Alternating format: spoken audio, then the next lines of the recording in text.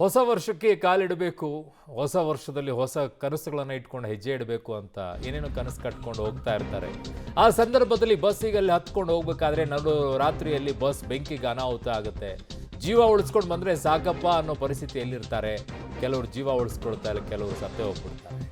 Driver Rafiq ಮತ್ತು cleaner Sadiq ಈಗ ಕಿಮ್ಸ್ಗೆ ಅವ್ರನ್ನ ಶಿಫ್ಟ್ ಮಾಡಿದರೆ ಹೆಚ್ಚಿನ ಚಿಕಿತ್ಸೆಯನ್ನು ನೀಡಲಾಗ್ತಾ ಇದೆ. ಚಿತ್ರದುರ್ಗದ ಹಿರಿಯೂರಿನಲ್ಲಿ ಆದಂಥ ಬಸ್ ದುರಂತ ಇದೆ. ಬದುಕುಳಿದಿದ್ದು ಡ್ರೈವರ್, ಕ್ಲೀನರ್ ಮತ್ತು ಇನ್ನು ಇತರರು. ಗ್ಲಾಸ್ ಒಡೆದಿರುತ್ತೆ, ಆ ಗ್ಲಾಸಿಂದ ಜಂಪ್ ಮಾಡ್ಕೊಂಡು ಗಂಡ ಹೆಂಡತಿ ಮಗು ಬದುಕುಳಿತಾರೆ. ಕೆಲವರು ಫ್ರೆಂಡ್ಸ್ ಬದುಕುಳ್ಕೊಳ್ತಾರೆ. ನಾನು ಹೇಳೋದು ಅವ್ರು ಬದುಕಿದ್ದು ಅವ್ರು ಸತ್ತಿದ್ದು ಎಲ್ಲವೂ ಓಕೆ. ಆದರೆ ಬಸ್ಗಳ ವಿಚಾರದಲ್ಲಿ ಯಾಕೆ RTO ಅವರು ಇನ್ನೂ ಕೂಡ ಎಚ್ಚರಿಕೆಯನ್ನು ವಹಿಸ್ತಾ ಇಲ್ಲ? ಅಗೇನ್ ನಾ ಈ ವಿಚಾರದಲ್ಲಿ ಹೇಳ್ತಾ ಇದ್ದೀನಿ. ಅನೇಕ ಈ ದುರಂತಗಳಾದಾಗ ಬಸ್ನಲ್ಲಿ ಎಮರ್ಜೆನ್ಸಿ ಎಕ್ಸಿಟ್ ಡೋರು ಎಲ್ಲಿಟ್ಟಿರ್ತೀರಾ? ಎಲ್ಲಿದೆ ಹೇಳಿ ನನಗೆ? ಸ್ಲೀಪರ್ ಬಸ್ಗಳಲ್ಲಿ ಎಲ್ಲ ಕಡೆನೂ ಸೀಟ್ ಹಾಕಿರ್ತೀರಾ. ಇಳಿಯೋಕ್ಕಾಗುತ್ತಾ? ಹೋಗೋಕ್ಕಾಗುತ್ತಾ ನಿಮಗೆ ಆ ಥರ ಬೆಂಕಿ ಹತ್ಕೊಂಡಾಗ? ಪ್ರಾಕ್ಟಿಕಲ್ ಆಗಿ ಯೋಚನೆ ಮಾಡಬೇಕಲ್ಲ RTOಗಳು. ಮೊನ್ನೆ ಸಾರಿಗೆ ಮಂತ್ರಿಗಳು ಫೋನಿಗೆ ಸಿಕ್ಕರೆ ಕೇಳ್ತೀನಿ ನಾನು ಅವರಿಗೆ. ನನ್ನ ಸಹೋದ್ಯೋಗಿ ಈಗ ಸುನಿಲ್ ಪಾಟೀಲ್ ನನ್ನ ಸಂಪರ್ಕಕ್ಕೆ ಸಿಗ್ತಾ ಇದ್ದಾರೆ, ಹುಬ್ಬಳ್ಳಿ ಪ್ರತಿನಿಧಿ. ಸುನಿಲ್, ಈಗ ವೈದ್ಯರು ಏನು ಹೇಳ್ತಾ ಇದ್ದಾರೆ? ಏನು ಹೆಚ್ಚಿನ ಮಾಹಿತಿ ಏನು ಸಿಗ್ತಾ ಇದೆ ಡ್ರೈವರ್ ಮತ್ತು ಕ್ಲೀನರ್ ಬಗ್ಗೆ? ಅರುಣ, ಈಗ ಸದ್ಯದ ಮಾಹಿತಿ ಪ್ರಕಾರ ಅವರಿಗೆ ವಿಶೇಷ ವಾರ್ಡ್ಗಳಲ್ಲಿ ಚಿಕಿತ್ಸೆಯನ್ನು ನೀಡಲಾಗ್ತಾ ಇರುವಂಥದ್ದು ಸಾದಿಕ್ ಮತ್ತು ರಫೀಕ್ಗೆ. ಮತ್ತು ಈಗಾಗಲೇ ಹೇಳಿದಂತೆ ಕಾಲಿಗೆ ಮತ್ತು ಕೈಗೆ ತೀವ್ರ ಪೆಟ್ಟುಗಳಾಗಿದ್ದಾವೆ. ಯಾಕಂದರೆ ಅವರು ಬಸ್ ಕಿಟಕಿಯಿಂದ ಜಿಗಿದಿರುವಂತಹ ಪ್ರಮಾಣದಲ್ಲಿ.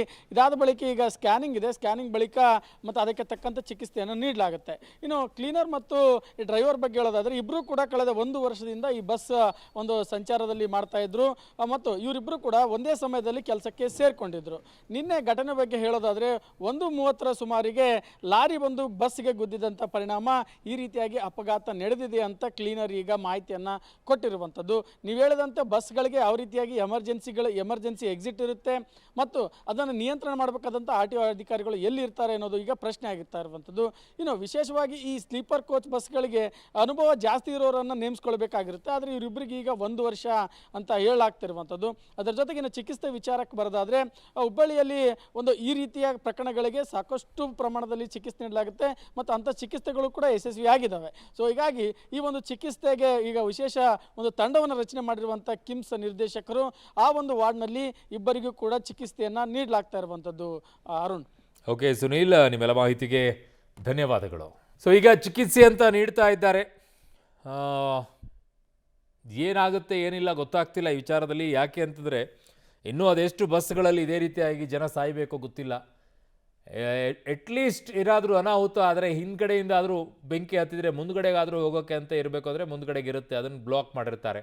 ಮುಂದ್ಗಡೆಗೆ ಬೆಂಕಿ ಹತ್ತಿದಾಗ ಹಿಂದ್ಗಡೆಗೆ ಇಳಿಬೇಕು ಅಂತಂದರೆ ಅವ್ರಿಗೆ ಎಲ್ಲಿ ಇಳಿಯೋಕ್ಕಾಗುತ್ತೆ? ಗ್ಲಾಸನ್ನು ಒಡ್ಕೊಂಡು ಇಳಿಬೇಕಾಗತ್ತೆ. ಅದು ಗ್ಲಾಸ್ ಹೊಡೆದ್ರೆ ಓಕೆ. ಬೆಂಕಿ ಹತ್ತಿದ ಸಂದರ್ಭದಲ್ಲಿ ಗ್ಲಾಸ್ ಎಲ್ಲಿ ಹೊಡಿಯೋಕ್ಕಾಗುತ್ತೆ? ಪ್ಯಾನಿಕ್ ಆಗಿಬಿಟ್ಟಿರ್ತಾರೆ, ಭಯ ಆಗಿರುತ್ತೆ. ಏನು ಮಾಡೋಕ್ಕಾಗತ್ತೆ ಇದರಲ್ಲಿ? ಎಲ್ಲಿದೆ ಎಕ್ಸಿಟ್ಟು ಅಂತ ಪ್ರಶ್ನೆ.